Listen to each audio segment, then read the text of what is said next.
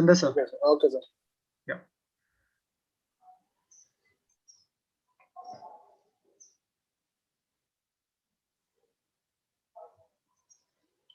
Okay, we are live now.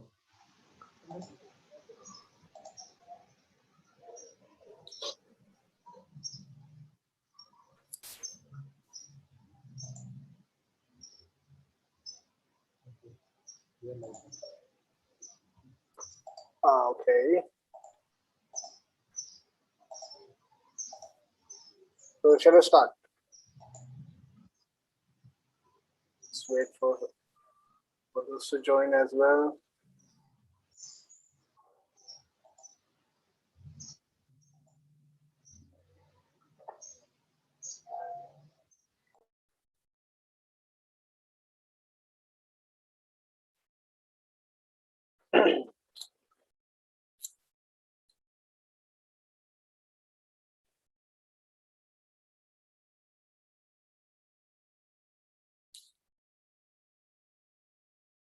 Okay, 26 of us are here, so we can start anyways.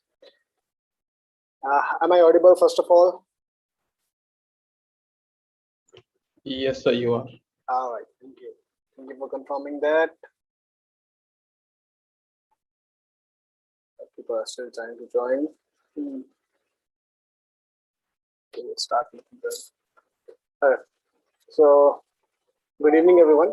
Myself, Chander Partap Singh, and today we'll be having a workshop on VR and AR, right?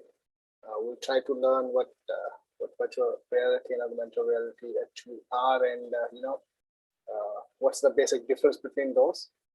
Then we'll dive into like what are the applicational areas where we can apply these concepts, and why we should tends to develop virtual reality and augmented reality apps.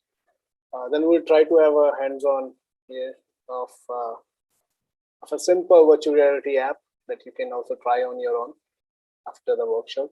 All right, I'll just guide you through all the steps and whatever is required, and all the basic skills that's necessary to develop your first virtual reality application. So keeping the time constraint in mind, so I prepare that much with the workshop for the hands-on for virtual reality only. So if time allows, we will also try to see how we can dive into the development of augmented reality applications. So yeah, let me just share my screen.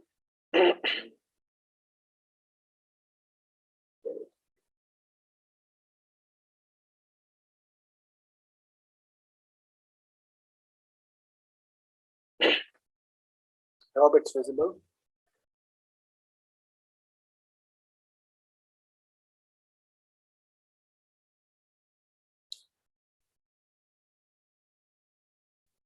Can anybody confirm if my screen is visible? Yes, sir, it is. Okay, thank you. So let's dive into the world of augmented and virtual reality. Okay, let's see what these terms actually mean. Start. So this is a walkthrough that we are going to discuss today. We'll try to understand what virtual reality is, then we'll see their applications, what's the need, then we'll try to look into the mind of a virtual reality developer.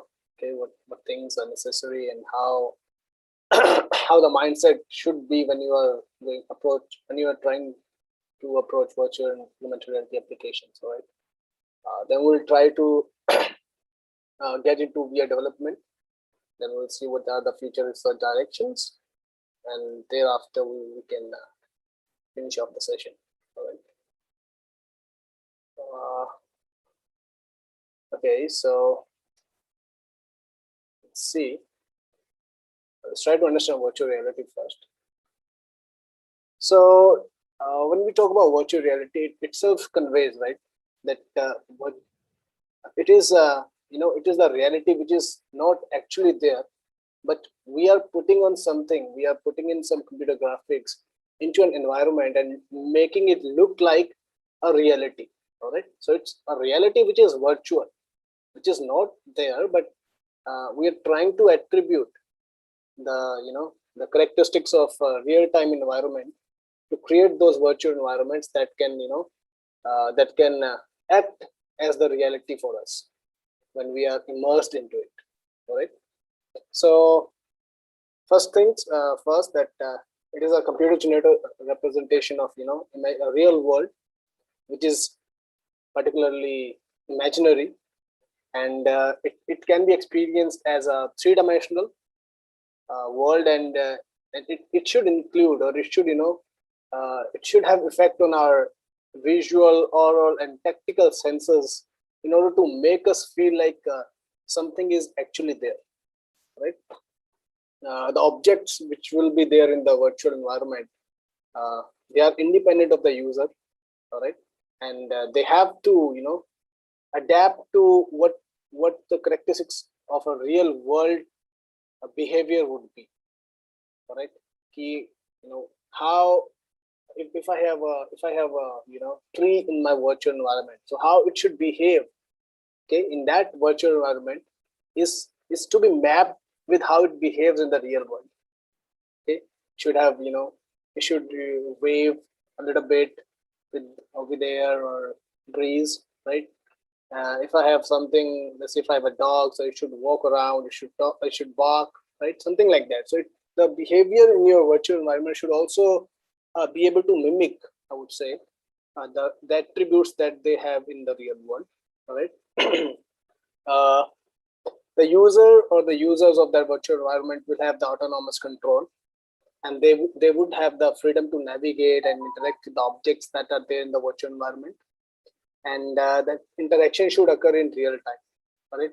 So that the user can experience or the user can feel immersed into that virtual environment, right?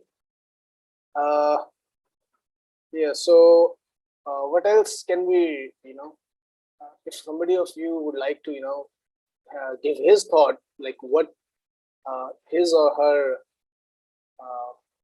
what I can say is the picture of virtual environment, how you will define that, how would you say an environment is a virtual reality environment?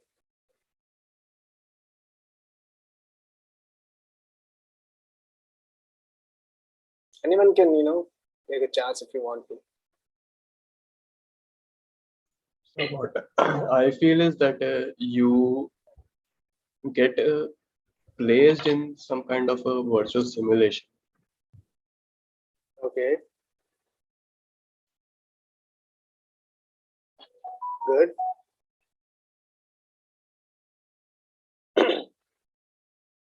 What else?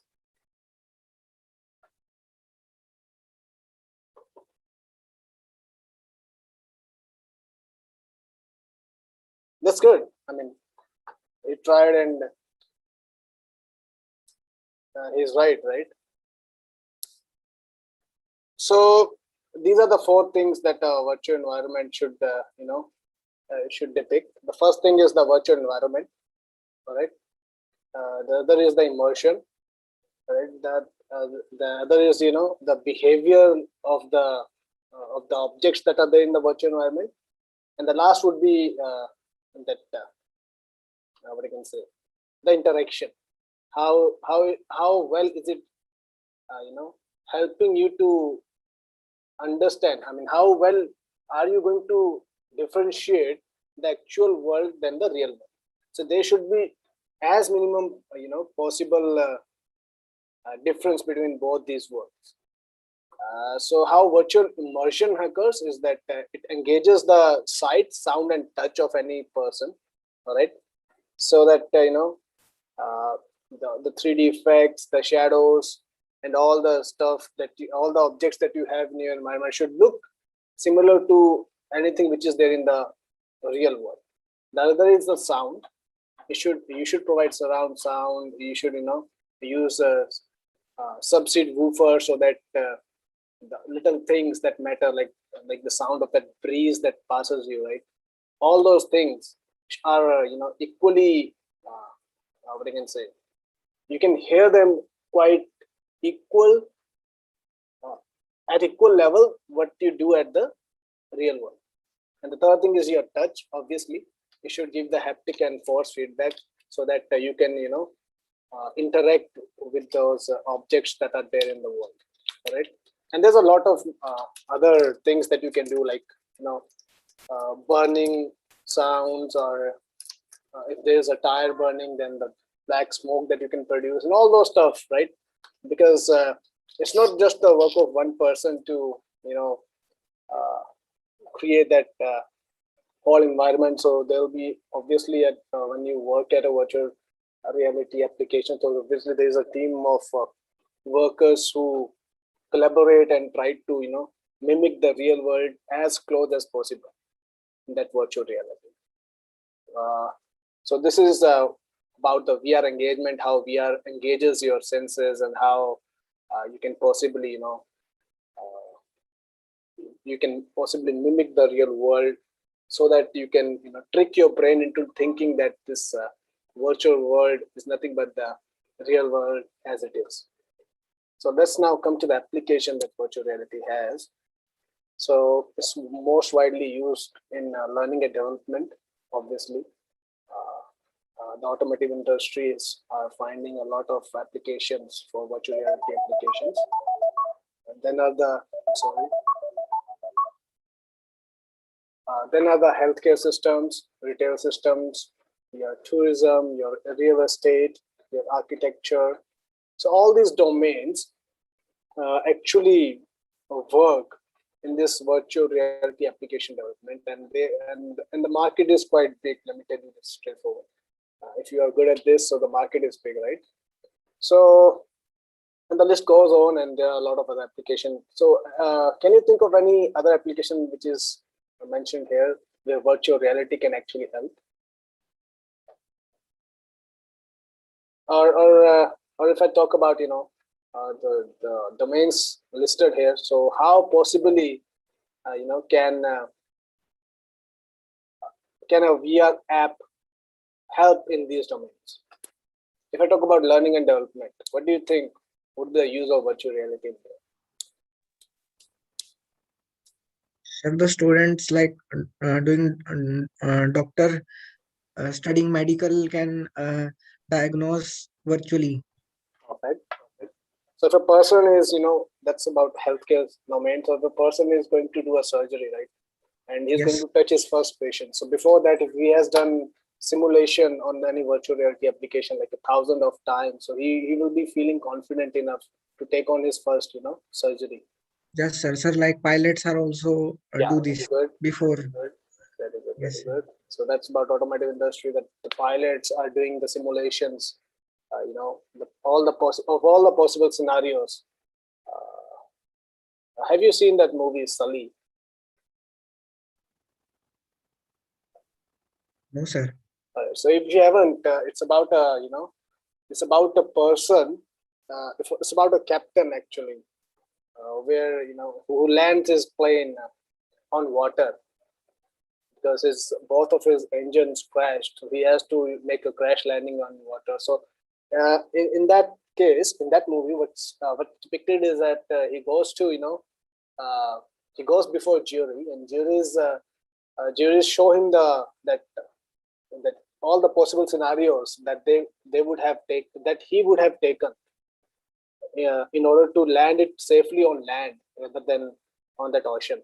So they used virtual reality simulations there to depict those scenarios and see whether he could have made it on land or not. So there also the virtual reality was depicted in a movie. Sorry, if you get a chance, so just watch it and you will see how beautiful it can be when you simulate all those things, and you can mimic the real-time environment and see how things could have happened otherwise. Okay. So any other in entertainment? I think in Ready Player One. All right. Yeah. So coming to that, let me just stop sharing for a while. So if you haven't, or have all you, all of you have seen that movie, Real Player One, or not? A simple yes or no would do. Okay, one side yes, two side yes, no. Two side yes, no. Okay, so let's just watch that video first. All right, just back to my screen. Just reshare it.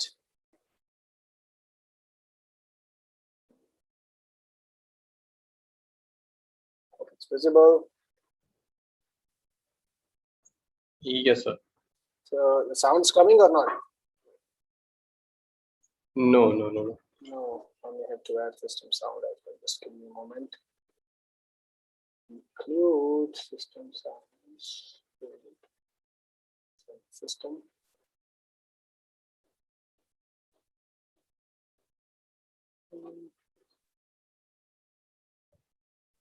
Okay, here it is.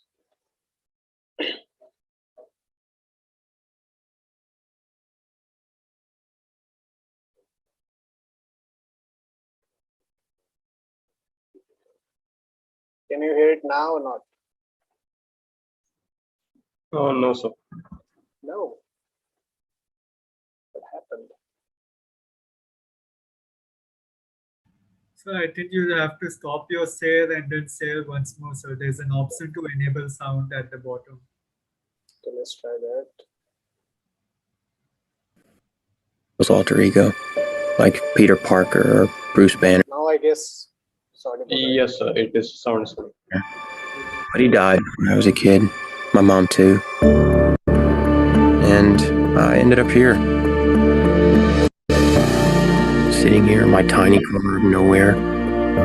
There's nowhere left to go. Nowhere. Except the oasis.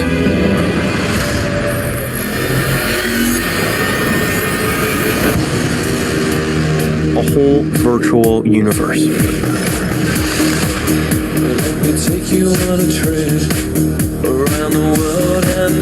People come to the oasis for all the things they can do.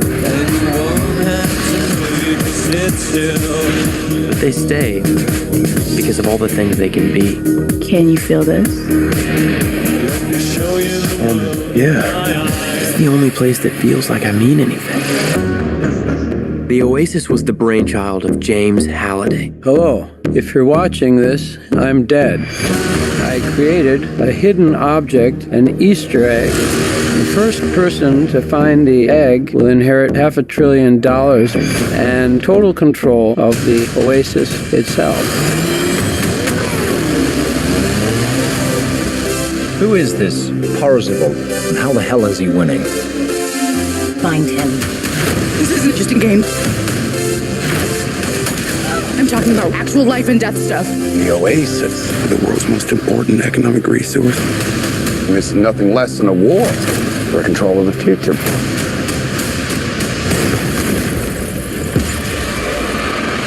Welcome to the rebellion, Wade.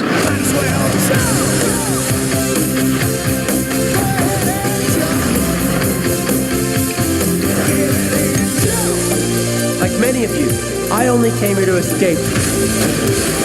But I found something much bigger than just myself.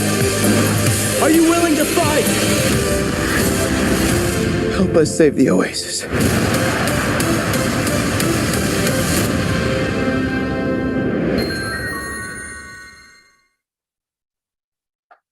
All right, so okay, people are saying, what does it look like, a cyberpunk movie? All right, so it's not, I mean, obviously cyberpunk would have taken the reference of this one, right, because it's been released on many years before that. Otherwise, you know, so did you find anything interesting? What was the first word he said when he okay, what did you first of all, what did you what did you focused on when you watched this? What was the first thing he did when he wanted to go to the virtual reality scenario?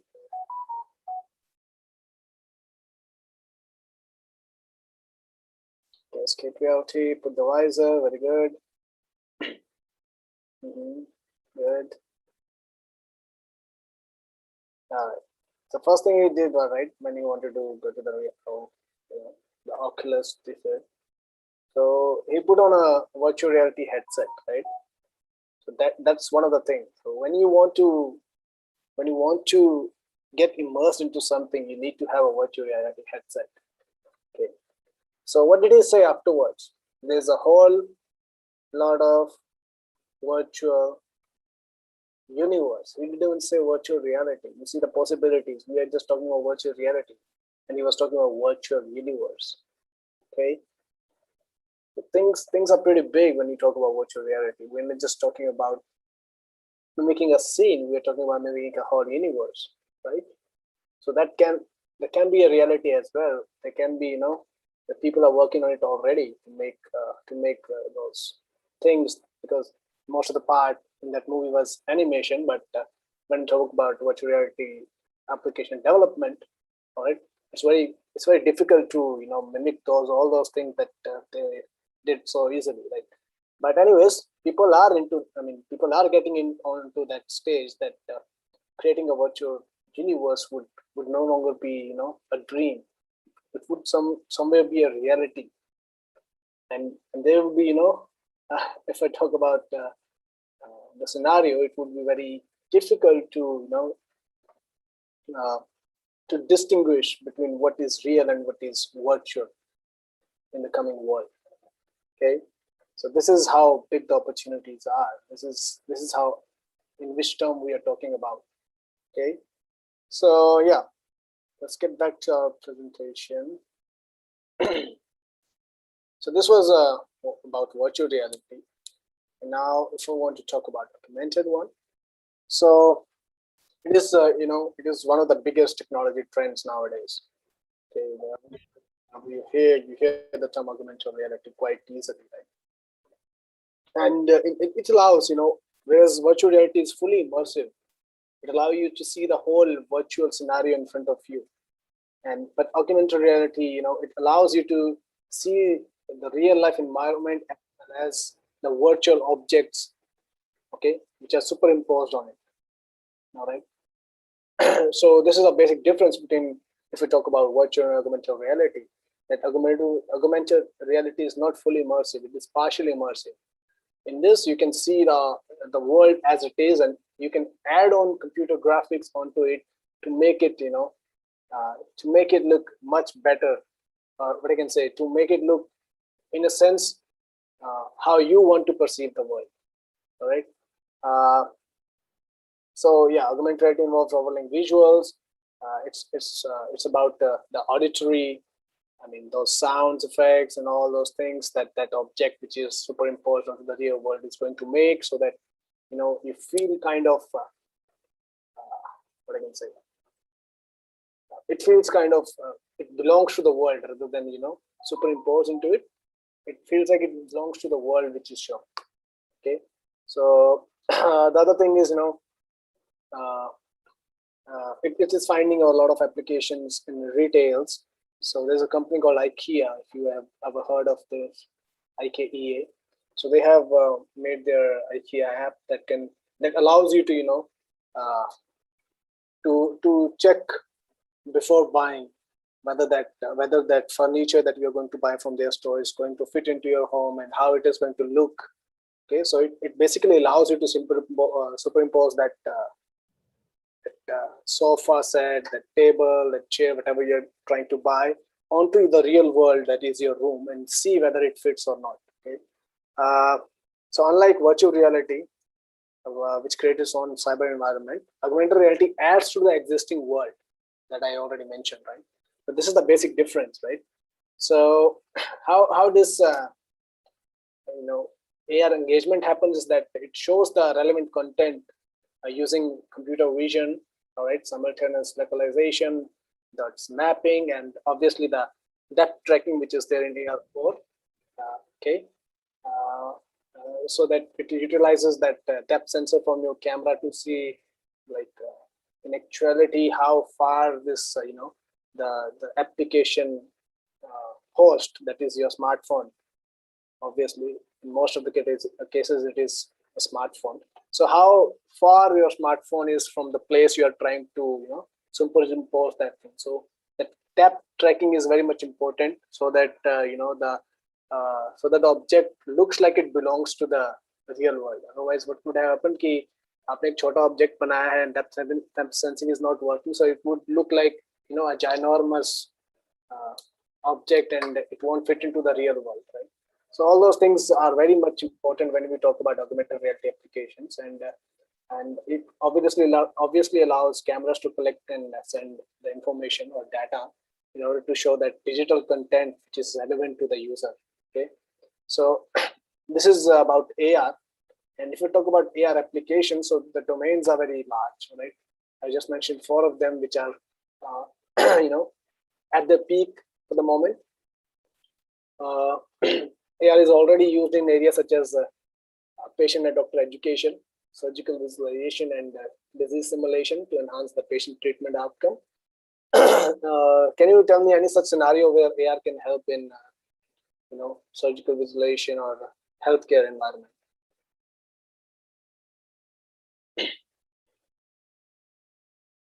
Any such scenario which comes to your mind where AR can help in healthcare, whether pertaining to this particular slide or not, whatever comes to your mind.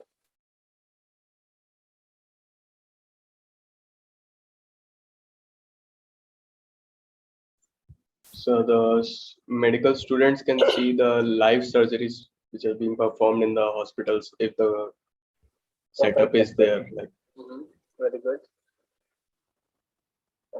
So do you happen to know like how surgeries happen? They have a ECG controller at the very at their right side or their left side, whatever they prefer, and they are performing surgeries, and they have to look at the patient as well as on the machine to see whether the heartbeat is right, the blood pressure is right or not, if I'm hitting the right place or not, right?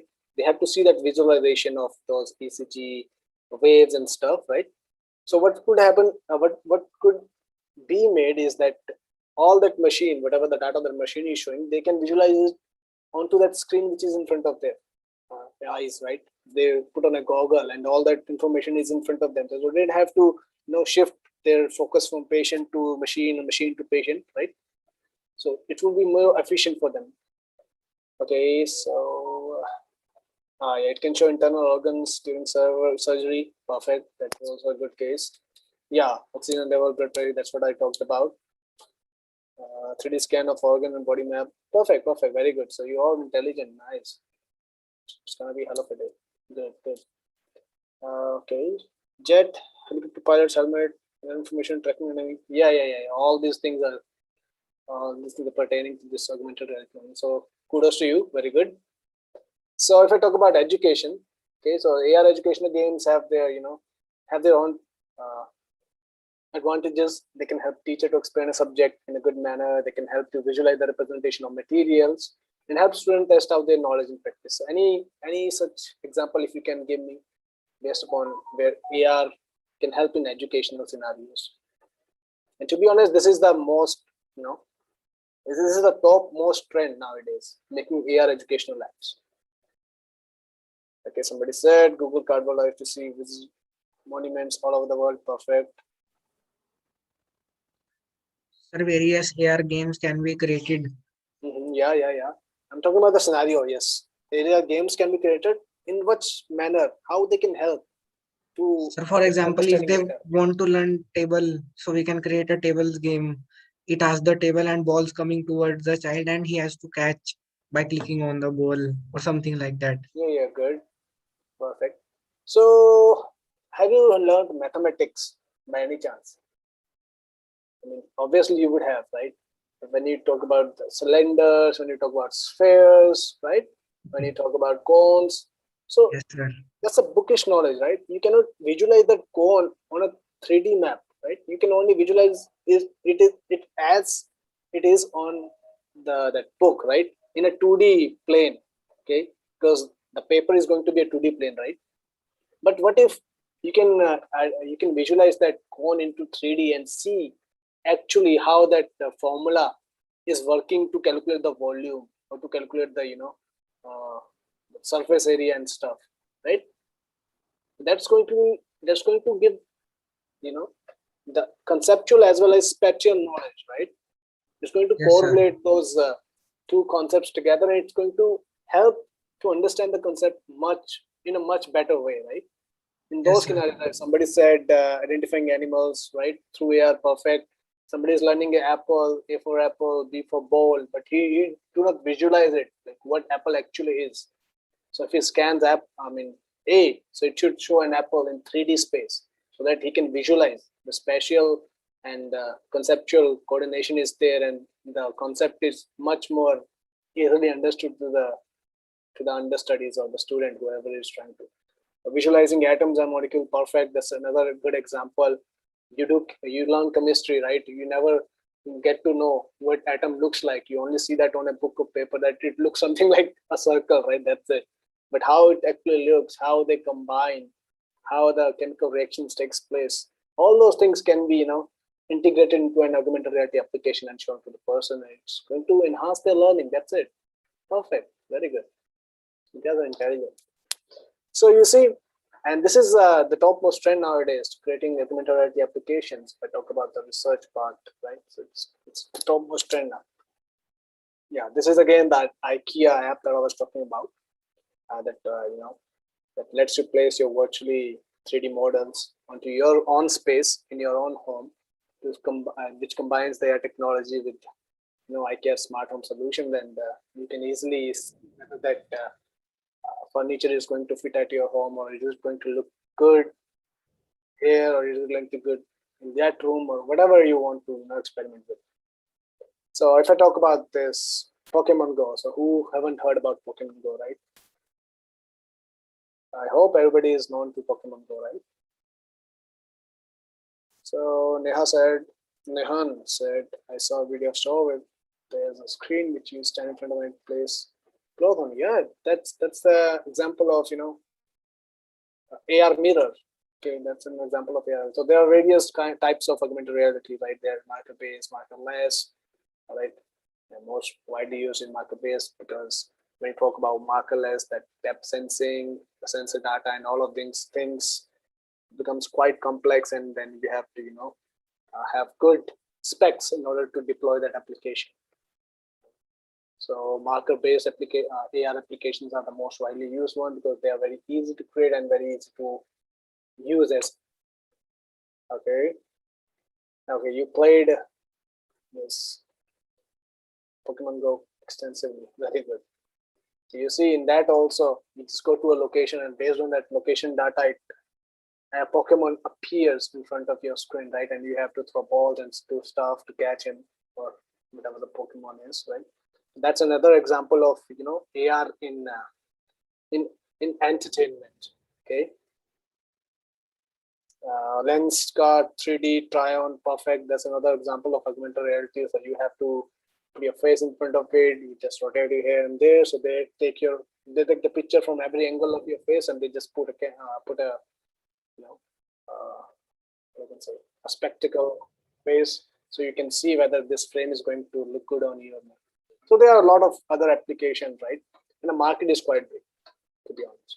So all these things fall into augmented reality. So if I have to mention some famous quotes on AR/VR, then Satya Nadella, I hope you all know who Satya Nadella is. He said that I feel that augmented reality is perhaps the ultimate computer, right? So we're talking about the CEO, right? Here. So he said that he thinks that augmented reality could be the ultimate computer, and yes, it would be. It's coming to the future. There's no stopping, right? Most probably, those traffic police persons who are standing on the road the whole day, they are going to be replaced by a holographic scene view, which is probably going to be a markerless, augmented reality again. So there are a lot of other examples that you can think of, right? The HoloLens demos are unreal. Yeah, very good. The HoloLens is another device which allows you to portray the augmented reality, that is markerless augmented reality. Okay.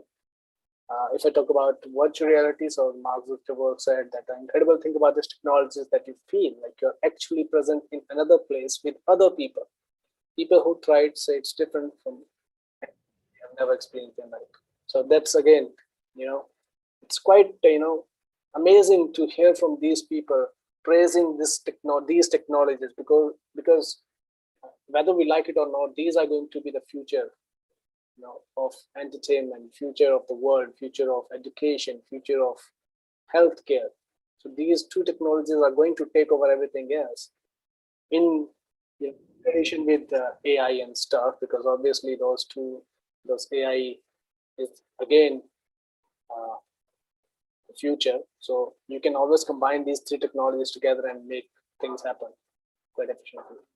So if that's not enough, let's see some other beautiful facts about virtual reality.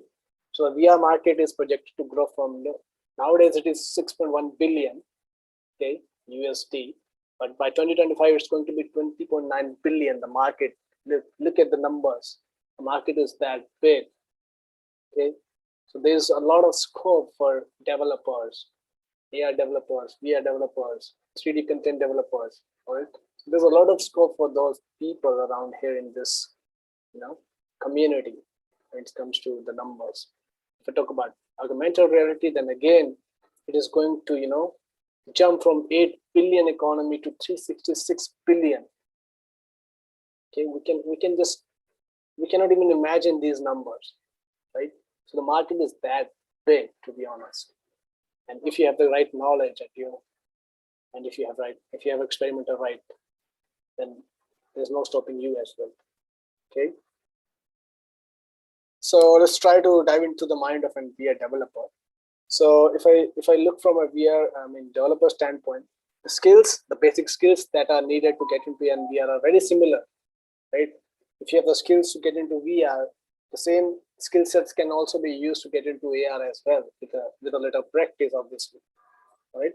And the barriers to entry are very low.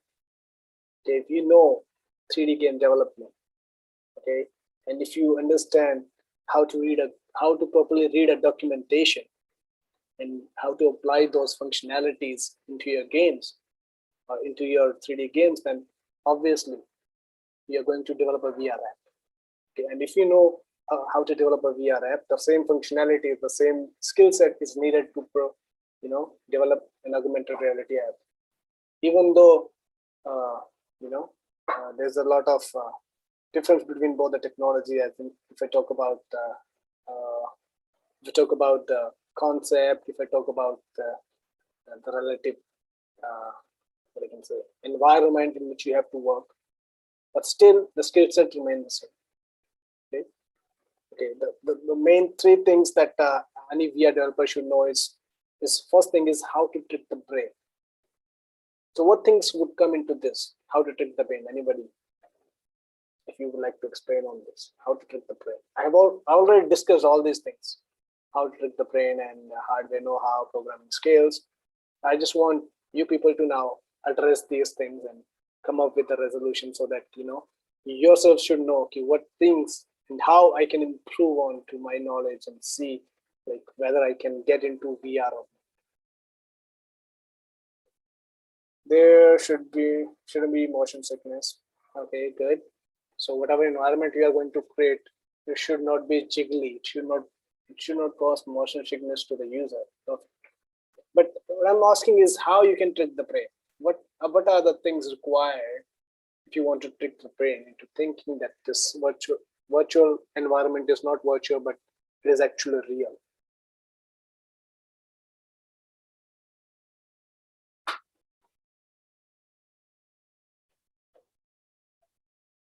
Interaction, perfect. This is the word. Highly detailed models, very good. Yeah, first and foremost thing is the interaction, very good, because the user should be able to interact with the objects. Otherwise, because we come around, we go into our home, what do? We click or we not click, we rotate a knob, all right, we push a little and our door opens, all right. We go to our bedroom, we go to our drapes, we give it a little push and the drapes go sideways, right? So all these things, the interaction is very mean of tricking a brain into thinking that, yeah, if I can interact with something in this environment, that means it is a real environment, right? Because I can interact with things into real environment. All right. Highly detailed models is another good example, because This is obviously your brain can distinguish between between a tree, a real tree, and a virtual tree if the models are not that quite good enough. Sound staging is again a very good example. It should be there. There should be feeling of weightness when you press anything. Perfect. It's again good.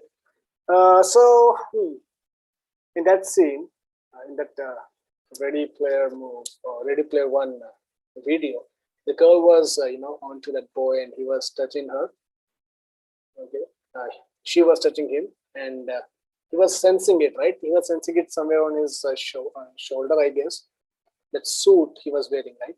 So those kind of haptic, feedbacks, those kind of feelings of getting touched and other stuff should be there, so that it can trick your mind into thinking that this environment is not virtual, is actually real, because I can actually feel it, right? So very good. The other thing is the hardware know-how. Obviously, the knowledge of hardware with which you are going to work, right, should be known to you. If I talk about VR, so the two most popular VR platform are the HTC Vive and Oculus Rift, right? And the requirements for those are that the processor should be, your system should have at least i5 or AMD 8350 processor, so it can handle those applications. The other is the graphics, which should have at least 1060 and Radeon RX 480 processor, the GPU, and at least 8 gigs of memory RAM should be there, with obviously USB 3.0 available. Otherwise, those the HTC Vive and Oculus Rift are not going to be interacting with your PC, right?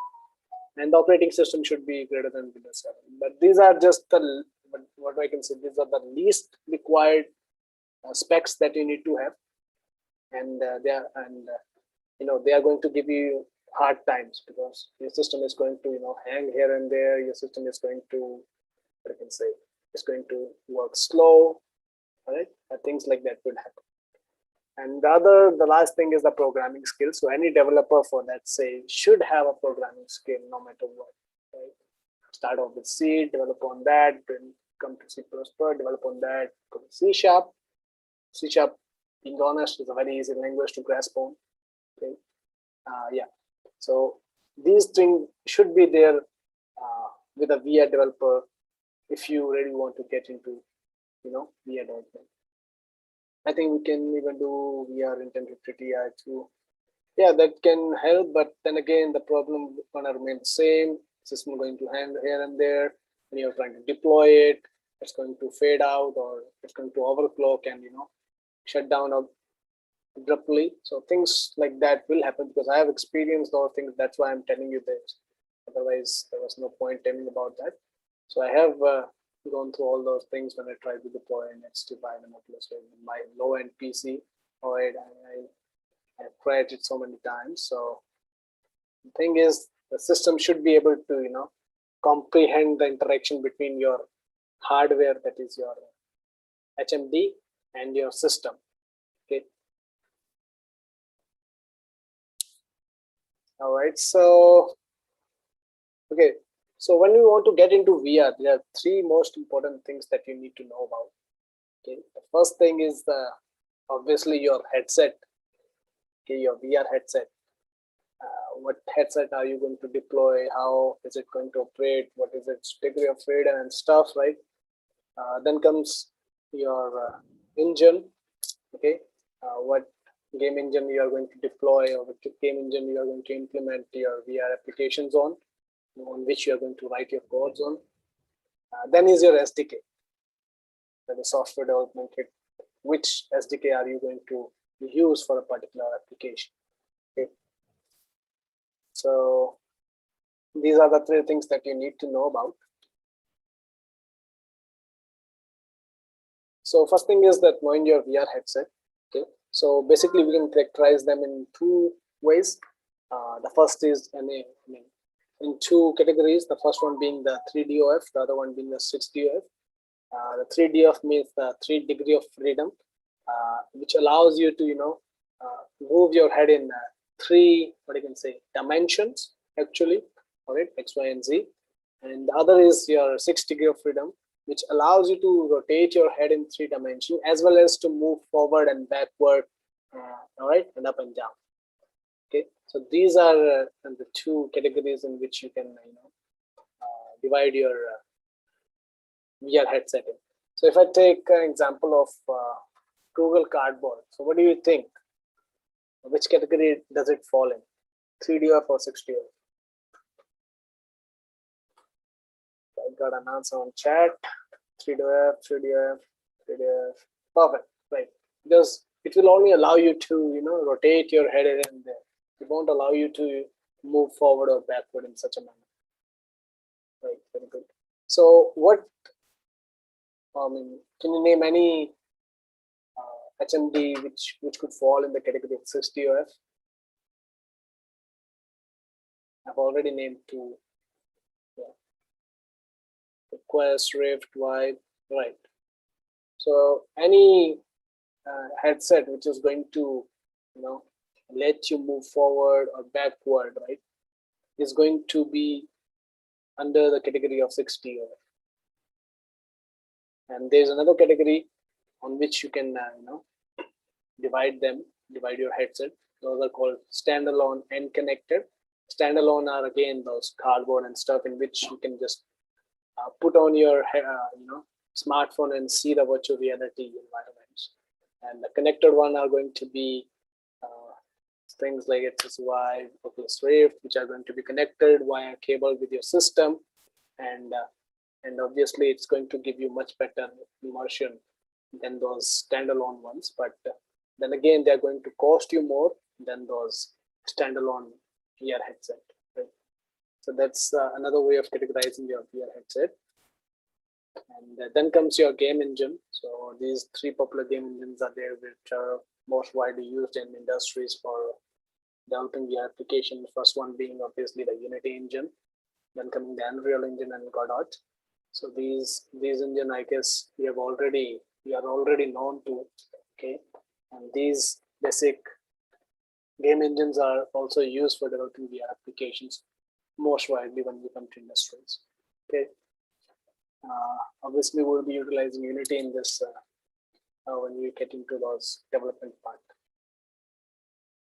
Okay, so let's just stop sharing here. Let's see how we can develop VR applications actually. So before that, before moving on to that, so because obviously we're working from home and and I want this workshop to be as handy for you as possible. So I'm going to utilize it for, I'm going to prepare, I'm going to give you a walkthrough of how you can prepare an application for Google Cardboard, so you can also implement the same project at your home as well, and see and develop your first VR application in actuality. And you can also try it on, because the VR the Google Cardboard isn't going to cost much, to be honest, and it's quite. Or otherwise, you can always make your own, see a tutorial from anywhere and make your own headset, right, which you can wear upon, or so that so that you can have experience that application that you have developed, right, onto your own, onto your own family, or you can let them enjoy the the virtual environment that you have created. Okay. Obviously, for this purpose, because nowadays that Daydream support is no longer existing, because they have combined all those SDKs that are required for developing the application into one, what you can say, God of all, that is XR Unity support, right? But for that, developing the application for Google Cardboard, what you need is let's just first enter this guy who's waiting in the lobby. On the left. So So let's just open the Unity. Share the Unity with you. Now it's visible. What you're gonna do is you're gonna create new. So 3D. Let's name it. We can name it cardboard example. Okay. Location the same. Let's create it.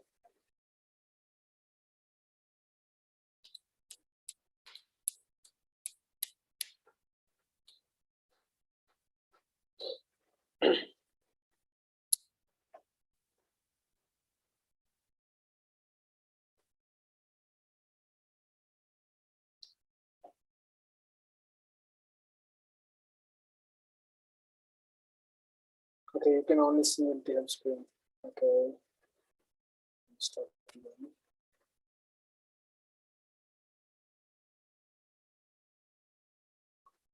Okay.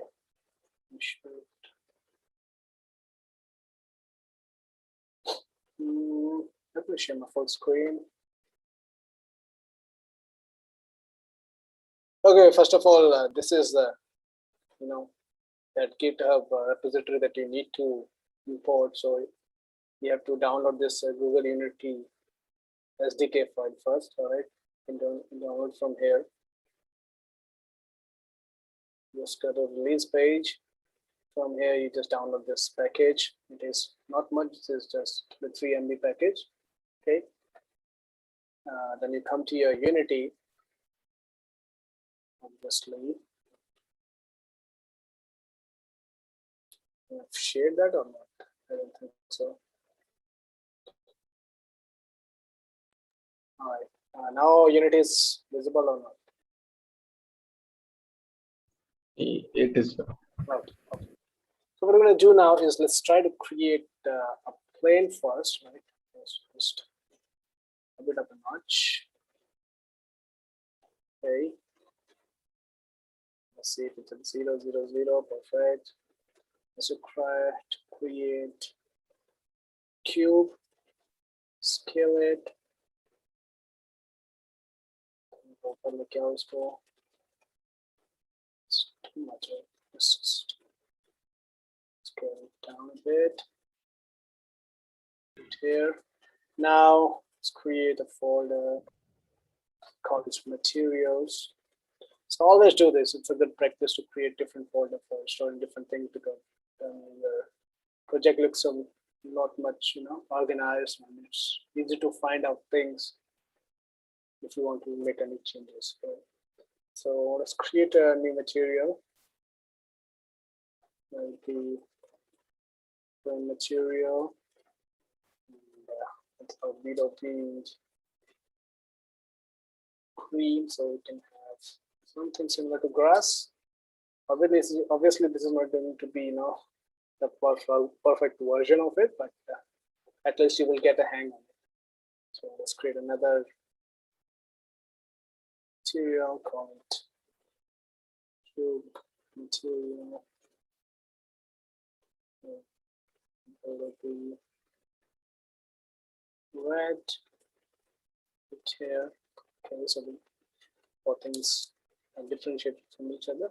Okay, so now what you're gonna do is you're gonna go to the folder where you downloaded that Unity package. You need some D, and you're gonna just drag and drop it in the package here. It's going to import a few things. So it's visible that Unity import package window, or just the window of Unity is visible? It is visible.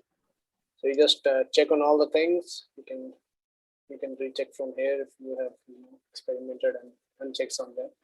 You just import it. Obviously, it's going to take a long time. And the first time you're trying to do it,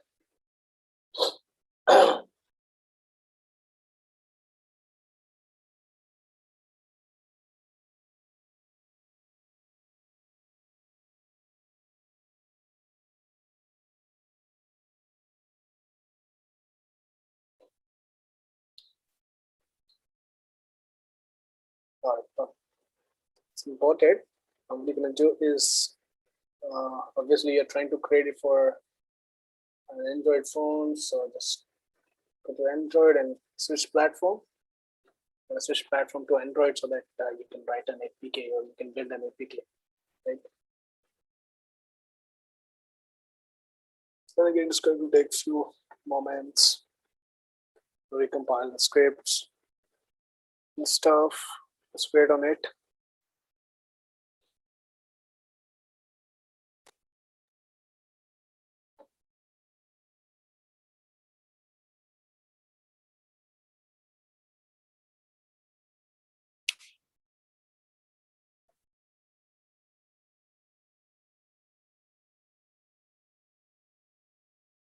Okay, now what we need to do is to add, VR app support. So for that, you go to setting, go to player setting, right? And once you are in player setting, just here for me, you go to extra setting, and you just click on this virtual reality supported. All right. I hope it's visible and you're following me. I'm not going too fast. Because in order to make Yes, your sir, application, supported to virtual reality, you have to include a virtual reality supported SDK. So we are trying to do that. We imported an SDK. Now we are going to add it here. So just click on this tick, just tick this virtual reality supported, go to this plus sign and add that cardboard here. Okay. And it's going to take another while for doing this.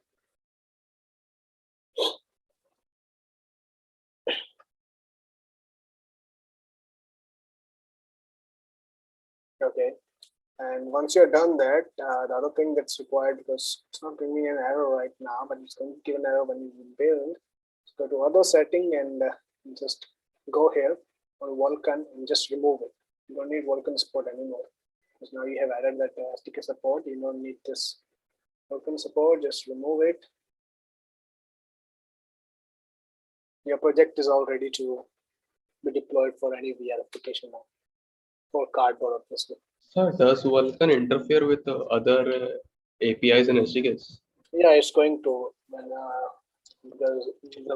because that Daydream SDK that we just imported has few functions that are there written in Vulkan as well, so it's going to interfere with that compatibilities. So it's going to give an error later on. Maybe in this new version it won't, but it will give an error later on. Just save your scene, get project taking is done, go back to your scene. Now what you want to do is, you have done all those things, and the other thing you want to do is, to add the functionality, because now if you click on play, it's hidden under this tab. Drag this one tab here. If I click on play now, see, you'll be able to see this, right? But you are not going to be interacting, or you won't be able to do anything other than just looking at this empty scene, right? You want to look here and there, you want to perform some activities, right? Other than that, so it's not going to do anything because we haven't added, those things that are required to be done.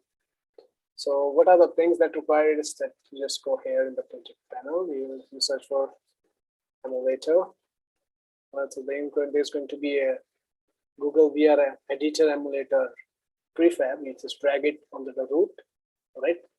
Now, if you click on play button, so you'll be able to see that you're going to look here and there. You can on the activity. So this is supported. This prefab is required to emulate that virtual environment. And one more thing I want to tell you, that you look here, your camera is here, right? Your camera preview looks like something like this. But when you play, or let me just, when you play hit, when you hit play, so what it's going to see? You see, it's changing its position to 0, 0. It's changing its position to ground level. Okay.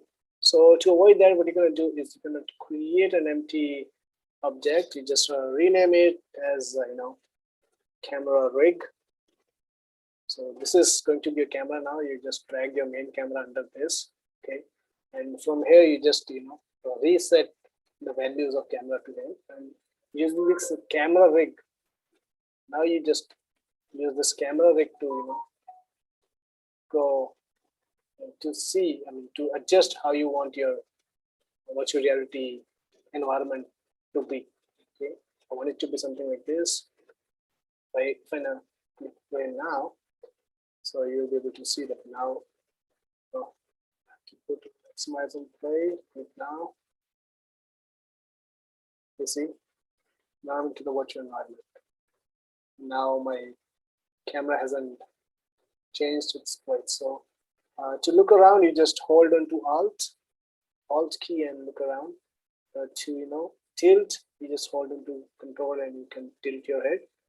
Okay. So this is basically the setup that you require. Now what you want to do is obviously this is not that good as I said in the earlier, because this is just a demo how you can create the VR application, how you can create your first VR application, and as you move forward with I can say development, and as you move forward with different activities on this particular subject or this particular topic, then you're going to obviously improve on your how you can visualize the real world, or how you can make your virtual environment looks like a real world. Okay. Now what you want to do is this is just the creation of a virtual environment, and to mimic how your application is going to look like in your Google Cardboard. The other thing that's required, that the foremost thing to trick your brain into thinking it's a virtual environment, is the interaction part, right? We haven't interacted with anything yet. We just get into an environment, we just look here and there, that's it. But if you want to interact, so you will have to add in other prefabs that are going to help you interact with the objects in that environment. So you have an environment and there's just one object for the time being, which is obviously a cube, right? And you want to interact with that. So what you want to do is you want to search for reticle pointer, right? Google VR reticle pointer, and you're going to drag it under camera, right? Because now you want your camera to be your reticle pointer. Reticle pointer obviously is the thing that is going to raycast something onto onto the object and see whether those objects are interactable or not. And you want to interact via your main camera, right? You want to interact via your camera, because the camera is working as as the point of impact from where that raycast needs to be applied, right? So you just drag it in the camera, and now and in the camera you need to add one more thing, which is tab is so okay. So in the add cam component part, you're gonna look for Google VR pointer physics raycaster. All right, just add that, save that, and one more thing you need to add is the okay. For now, let's just understand what we did. So this is it. So if you hit play, all right. Did I hit play? You'll be able to see this white dot, right? Are you? Can you see this white dot in the middle of the screen? Yes, sir. Okay. So this white dot is now raycasting. This white dot is now will now help you to interact with the objects in the environment. So quite being white, it is not it's not looking good, or sometimes it's not visible. So let's just try to change its color. So just go to this reticle pointer, come down here to the reticle pointer. From here, just change the color to anything you want. Just keep it quite black. Play and see if it changes. Yeah, now it's quite much more visible, right? White, that black dot. So we have set things up. Now what we want to do is to trigger some event, right? We want whenever there's some objects in my in my environment, and I want to see whether the raycast, if I'm raycasting on that, whether it's going to trigger some event or not. Okay. So for that purpose, what I'm going to do is I'm going to add another prefab called event system. So this GVR event system, you drag it onto root, Okay, and this is going to help you out to to detect the events that are happening around in the virtual environment that you have created. This is built for Android. Yeah, Nehan, this is built for Android. You can always you can always go to file, the setting, change to iOS if you want to switch platform, and the same things are available in iOS as well. Okay. So now what we did is we created the environment. Okay. Now I want to interact with the cube, right? Cube is the object in my environment. So I want to interact with this cube only. Okay. So what I want to do is let's say it's red now. So whenever my raycaster, that reticle pointer, hits this object, I want to change its color to, let's say, purple. Okay, and if I trigger something on this, cube, so what I'm going to do is I'm going to change its color to something else. Let's say blue. If I click something, okay. So let's try to do that functionality. For that, we may have to write a script. So let me see if somebody is trying to enter, I guess. No. All right, never mind. So we're here, right? What I want to do now is, okay, so this emulator also tells in the camera control that Alt plus mouse movement is going to change your pitch, and the control versus mouse movement is going to change the role. Okay, the tilt will be changed if you hold control, and the movement or the yaw, the pitch, that the orientation is going to change when you press Alt. Right? So you can always see from here as well. The other thing is, yeah, to employ that activity that I was saying. So for that, what we need to do is we need to add a component called trigger component, or even trigger, onto this cube, right? And I want to add if my pointer enter, if my pointer exit, and if my pointer points down, right? So these things I need to perform, right? On these three events, I want to perform some activities. Okay. So yeah. So now what we're going to do is we're going to go back to our. Okay, we'll just come here, add component. We're going to say color change. We're going to add a script. We can add. We're going to double click it.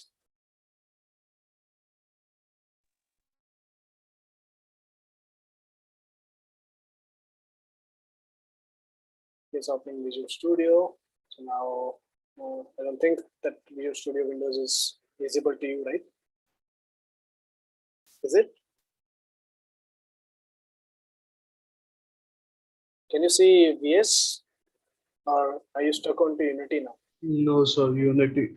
Okay, let's just reshare that. Okay, share. And so this is Visual Studio. Let's just remove this start and object. We don't need that. Just come here. Just zoom it a little bit so you can see properly. So what I'm going to do now is I'm going to write a public method, public void, let's say red, which is obviously in the beginning, and then just copy this.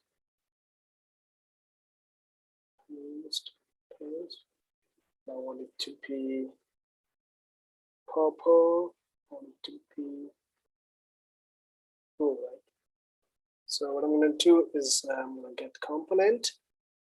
And the component type obviously will be renderer, because I want to change the render, change the material, and it is accessible by renderer. And I want to say material dot color is equal to color dot red, right?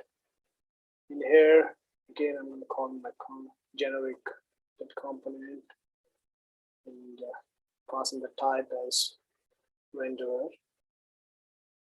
I'm going to access material, its color. I'm going to change this to color dot purple. It does not provide purple as of now, so let's stick with Yellow. Okay. And let's go. Let's change it to yellow. Okay, in the blue, we're gonna get the component down under it. We can say to what color.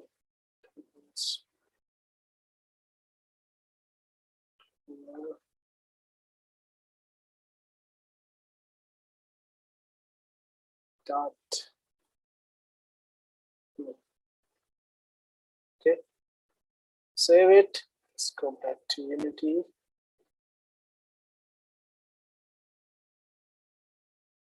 Okay. And we're gonna just add an event for this, event for this, for this. We're gonna just drag our script here. Script here, then a script here.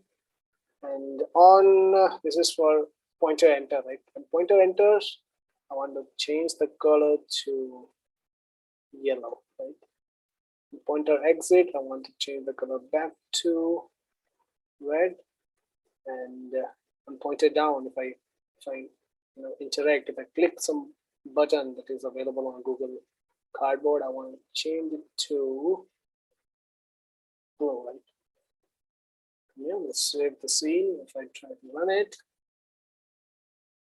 so now you'll be able to see that on entering, see this now this dot has turned into a circle. Now it's telling the raycaster is telling that event system had detected something, right? And if I click on my mouse button, now you're gonna change to blue. As soon as I see somewhere else, it's changing, right? So the functionality is working perfectly as we wanted it to, right? So just the other thing that's left is just create what you can say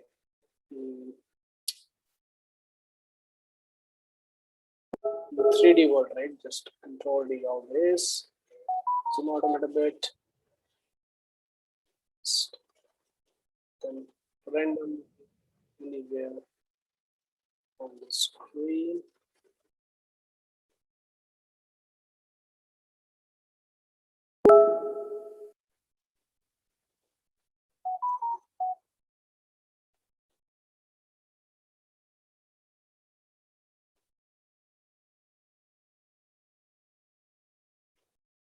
Right. Try to run it now. Some of these are going to behave in the same manner, right? They should obviously. Okay, this is one is behind me. So click on here. If I interact with it,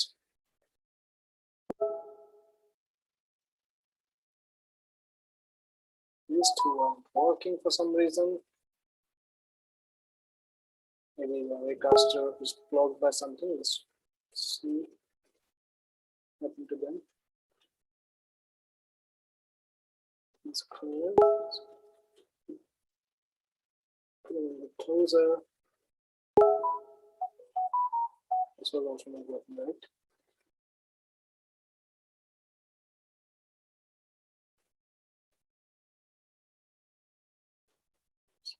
Closer. Let's see if it's now. There is a limit to the raycaster that's obviously set, right? This is in the range, in the range, in the range, in the range. It's still out of it, so just drag it a little bit more clear. And see how it works. See, that's what.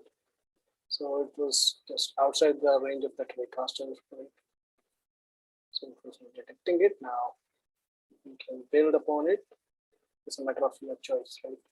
So this is how you can build your first VR application. Okay, and I hope you understood the basic functionalities of all these prefabs that we have edited. We have imported into our scenes and why they are required. What was the basic, fundamental concept that why we need these prefabs in order to, allow the interaction and how we can allow interaction between the user and the objects in our scene. Okay, so I hope this was quite understood. The other thing is that the most widely used application for a Google Cardboard is, the most, what I can say, created application for a Google Cardboard is a virtual tour. Okay, that's also very easy to build upon. This is a very basic concept, or this was a very basic scene. So what we're going to do, let's try to create a new. Let's create a new scene, save it. Okay, and now what I want to do is I want to create, or I want to mimic, or I can say, a room, right? If I want to give a tour of a room, so what I'm going to do is I want to mimic a room. So for that, I need, I need 4 walls, 1 roof, or 1 ceiling, and 1, I can say that floor, right? For floor, we can always take in plane. Okay, just put up a notch.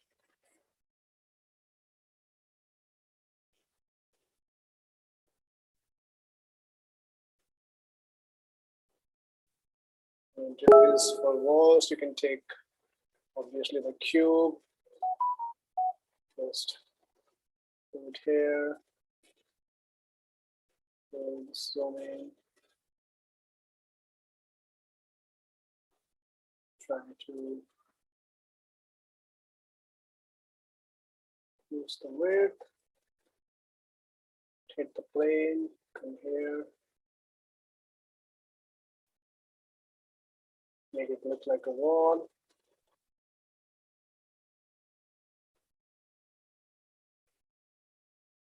Okay.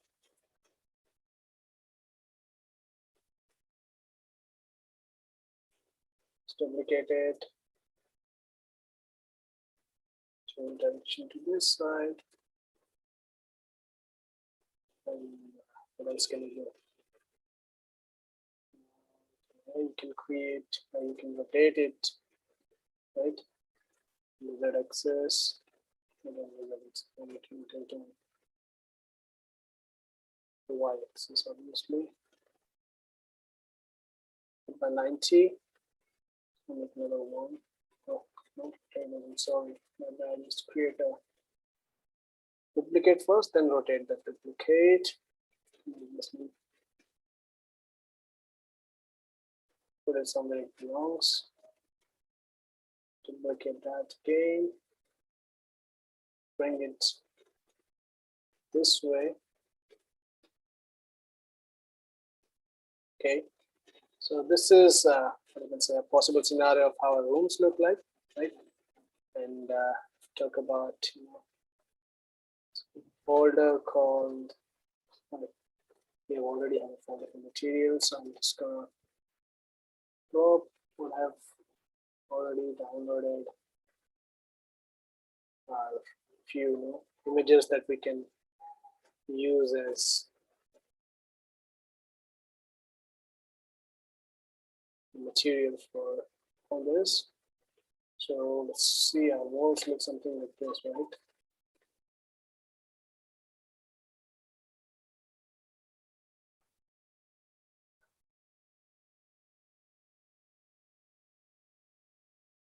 Okay, floor looks something like this. We have a wooden floor, we have walls. We're gonna have a roof now, so for that, let's take another cube. Just open up a little bit. Then creases on this axis. Move on here. This axis too. Let's move it this way. Up.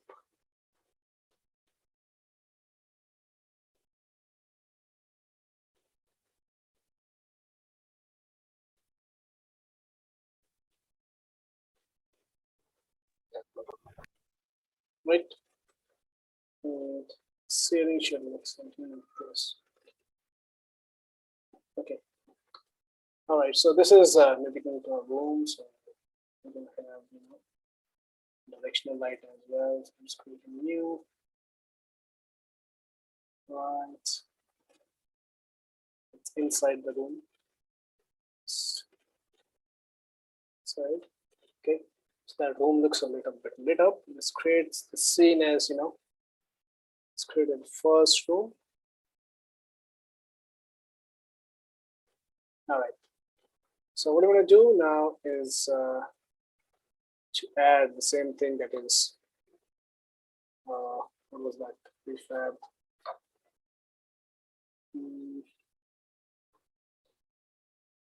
Emulator, right? Put it here. Try to see. So you're inside the room, right? But oh yeah, so we forgot one thing. It is creating an empty object called camera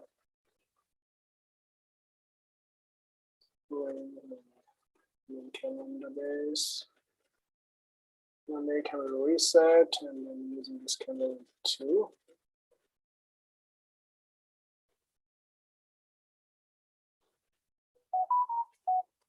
Okay. Save it. Let's try to see now inside the room. Perfect. So now you see we have depicted the functionality of how a room is, right? So likewise, you can always build your own. This is not the very good example, I would say, but at least you got the point, right? What I'm talking about. So this is again how you can build upon, how you can build upon your applications and how you can use, we can say those things that I talked about earlier. Like you can always have a, let's say another 3D object as a cube, and if I just do this for a moment, see what the cube is.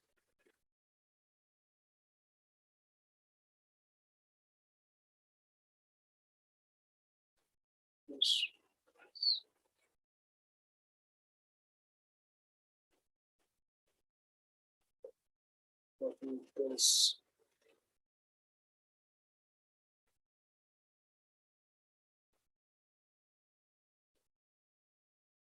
Okay, so if you have a, something like this in your room, and you can make it as interactive. You can add component as even trigger on this, and if you want to go to the next room, just click on here, or better, you just make it look like, just make it look like a door.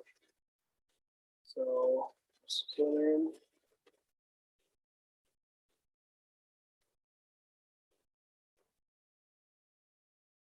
Just put it inside a little bit.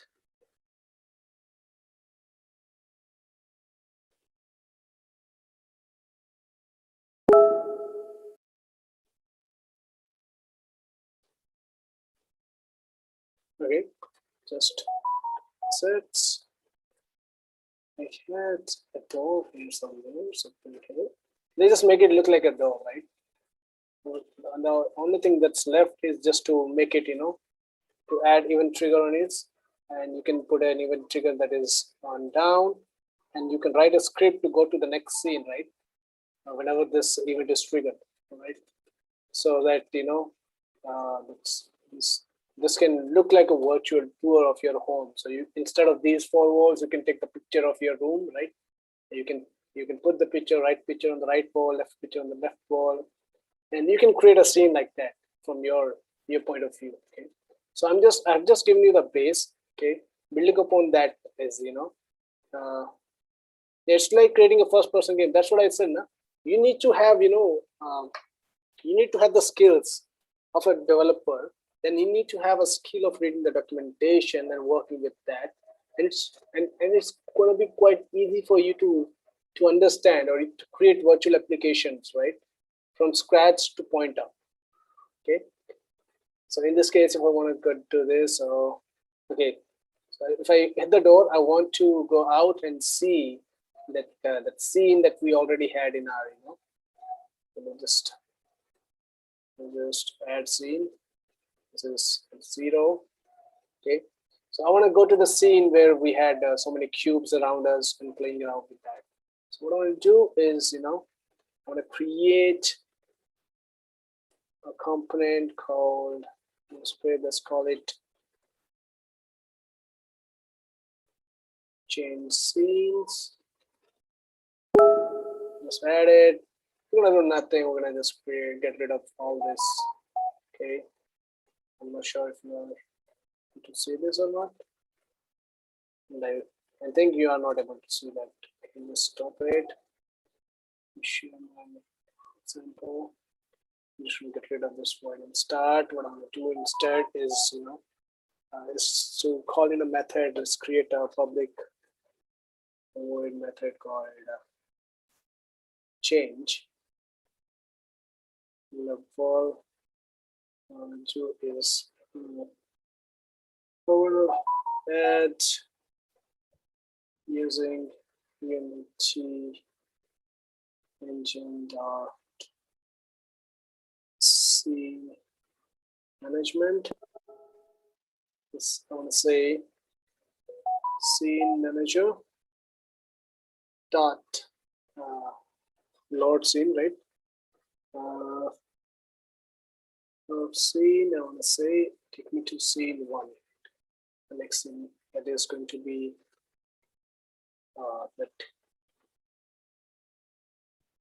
the one that we created first. So I'm just gonna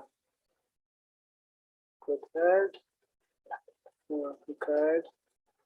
I'm gonna add the script here. I'm gonna go to my change scene and call it chain level method. And what I'm gonna do is to add that other scene, right? Simple scene, sample scene we create first. The Unity window is not visible. Oh yeah, sorry, so bad. Okay, now it's visible, nice. So let's go back to that scene. Okay, so here on this cube, what I did is I added the event, right? Pointed down, and I drag this script here. In that script, I go to the change level method that we just created, and what I'm going to do is going to the sample scene that we created first. I'm going to add it to build settings so that this index is accessible to our script.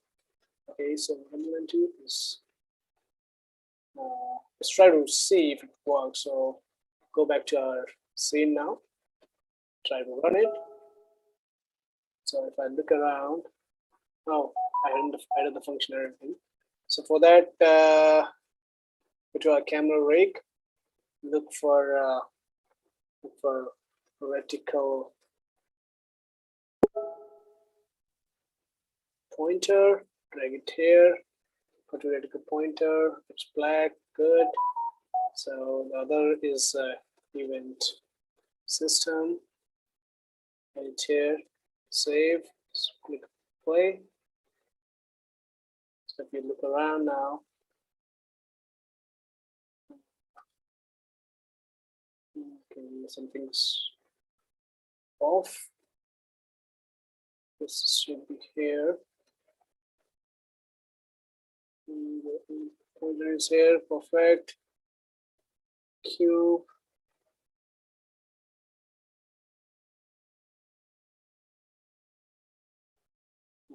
That's okay.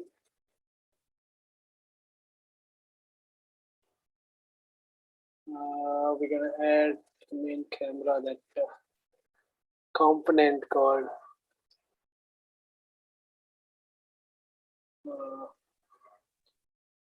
physics raycaster. Let's try to hit run again. Okay, now you can see we click on the store, we are in the system, right? We can play our game, right? The only thing being that the lighting was off. So for that, you can always go to your windows, your rendering, your lighting setting, and generate lighting. Just click on generate lighting. It's going to take a little time to generate all those things. You can see here it's taking. Let's see. Okay, now it's done. So just click on auto generate. Stop it, save your scene, run again.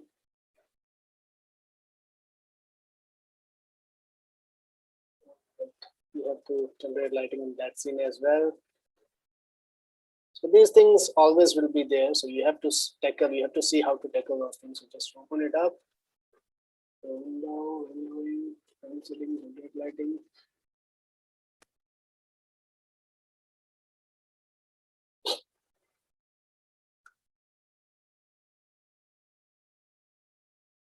Horizon weight.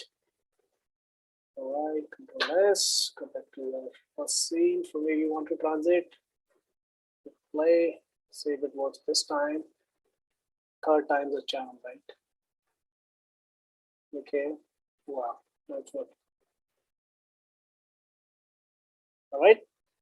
This is how you can create your own virtual tours. Instead of going to that level, you can create your next room's, scene, and you can just show this. Okay. Fine. I hope everybody's able to see my Unity screen, right? That message old, I guess. Okay, Nihan. All right, so this is, the basic, functionality or the basic working of a virtual environment. Obviously, this is for Google Cardboard, and it's quite easy to make when it comes to, HTC Vive and Oculus. The things remain the same. You just have to import the SDKs for those, and you will have to do the documentation, or you have to see which functions are, or which, built-in methods or prefabs are required in order to generate a virtual reality environment. Right, and obviously in those scenarios, the output, or what I can say, the environment that is going to be generated is obviously going to be more immersive than the Google Cardboard one. But then again, there's a trade-off between your what I can say, your money spent and the quality that you're going to get. So that trade-off is always going to be there. But nonetheless, I hope you have got an insight of how virtual reality environments, or how virtual reality can change the shape of future as we know it, how augmented reality can help into producing smart and efficient, they can say, alternative to the to make world a better place as we know, right? And how you can contribute to it, and what skills do you require in order to produce all those things, right? So with that, we can end this session, or we can take up your questions or whatever you have.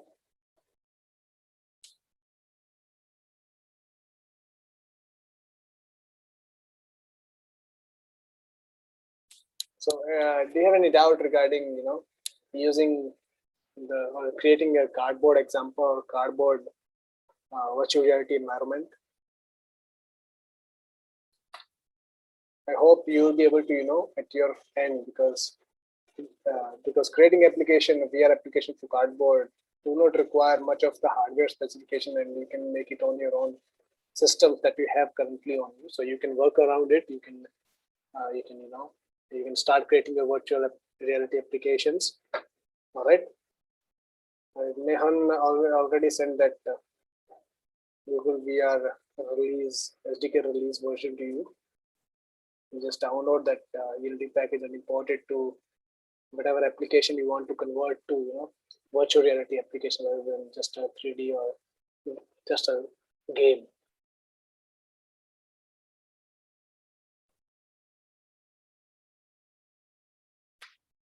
So let's take up your questions then, if you have.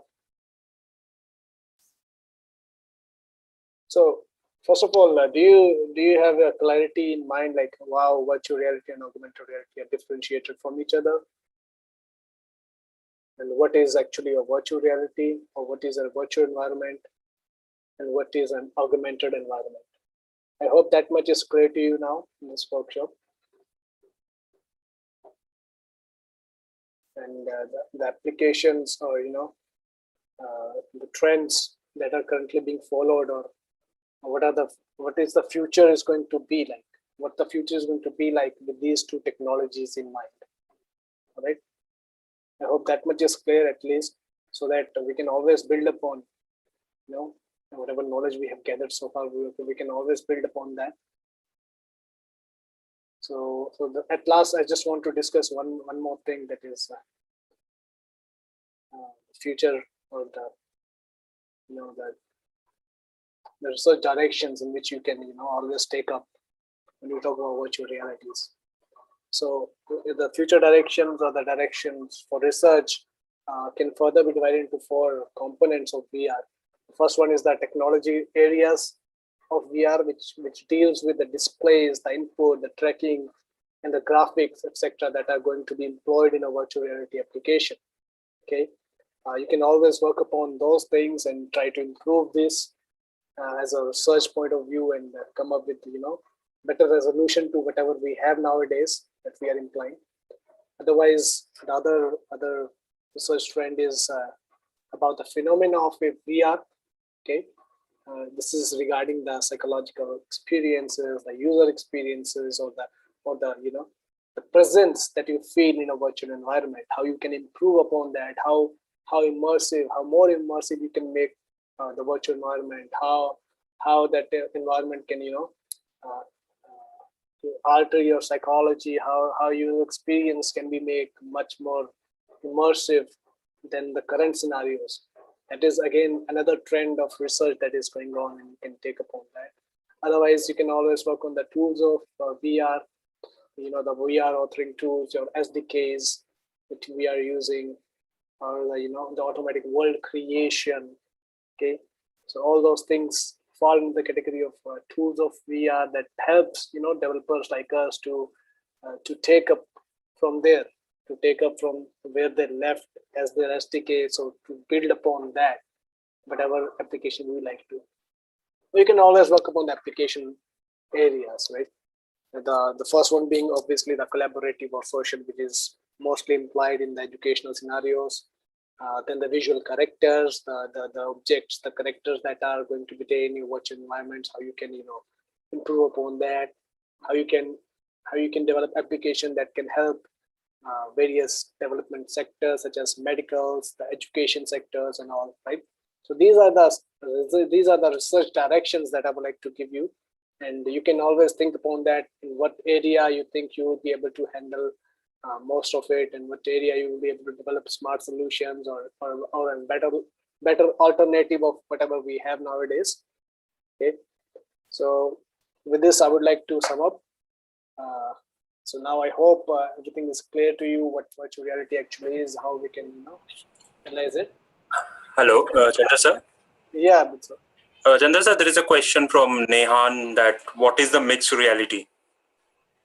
Nehan, okay, what is mixed reality? Yeah. All right, mixed reality is if I talk about mixed reality, it's still it's still a what I can say, a question of debate, right? Because in mixed reality, what happens is that it's kind of an augmented reality only, but the characters in that mixed reality are made so intelligent, right?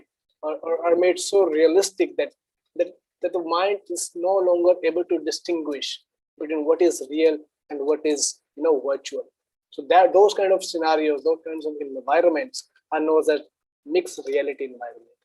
So we can say it's a superset of augmented reality itself. It's built upon augmented reality itself, but we can say the AI has been included in such a manner that the character which is there is behaving in such a manner that it's very difficult for us to differentiate, like whatever we are seeing, is it actually real, is it actually there or not. Okay, that is what mixed reality is all about.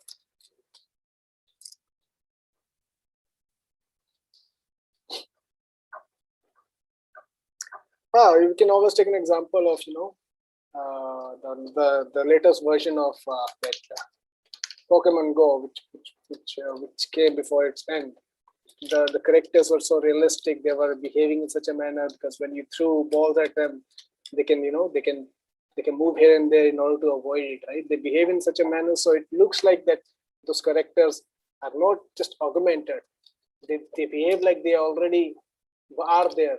They already exist there, right? So those kind of scenarios, those kind of environments, which tricks your mind into think. But I can say, Tricking your mind is something else, but not letting your mind distinguish, what I can say that what is real and what is virtual. Okay, so those scenarios. Automatic plane detection means we can say that the AR core is working on those terms called automatic plane detections, right? But it's always a kind of pain in the that to detect all those things, because then again it depends on what system you are using, what how well your system on which you have deployed the application is able to comprehend those sensor data and manipulate those sensor data to tell the application that this is the plane, right? So the search is going on. That's what I told you, right? The research direction is always there. The research direction is there. If you can always help in those, your peers, your superiors, or whoever is working in those environments before you, to take it up a notch by helping them out, creating algorithms that are helpful for a better detection of plane, which is helpful in not only on the high-end systems but on low-end system in the same manner. So the research is always in progress in those scenarios. Yes, you're right. Anything else?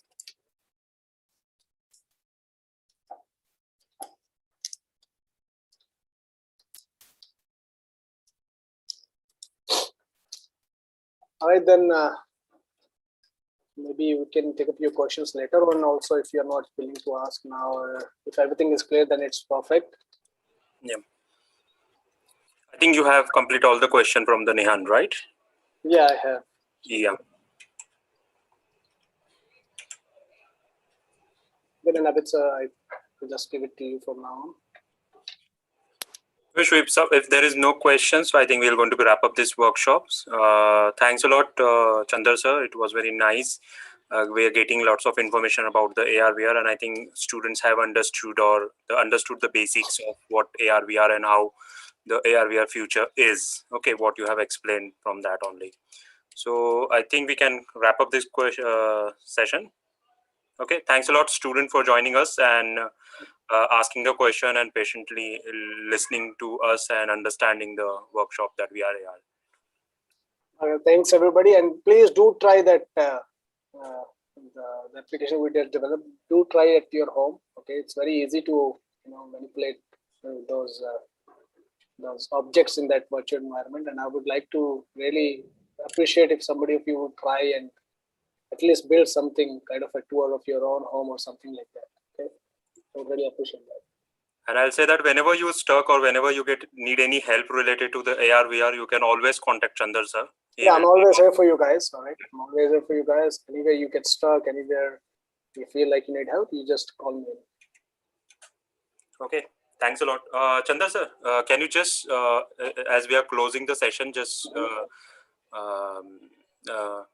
click on that live button and just make sure it should be off, that YouTube live.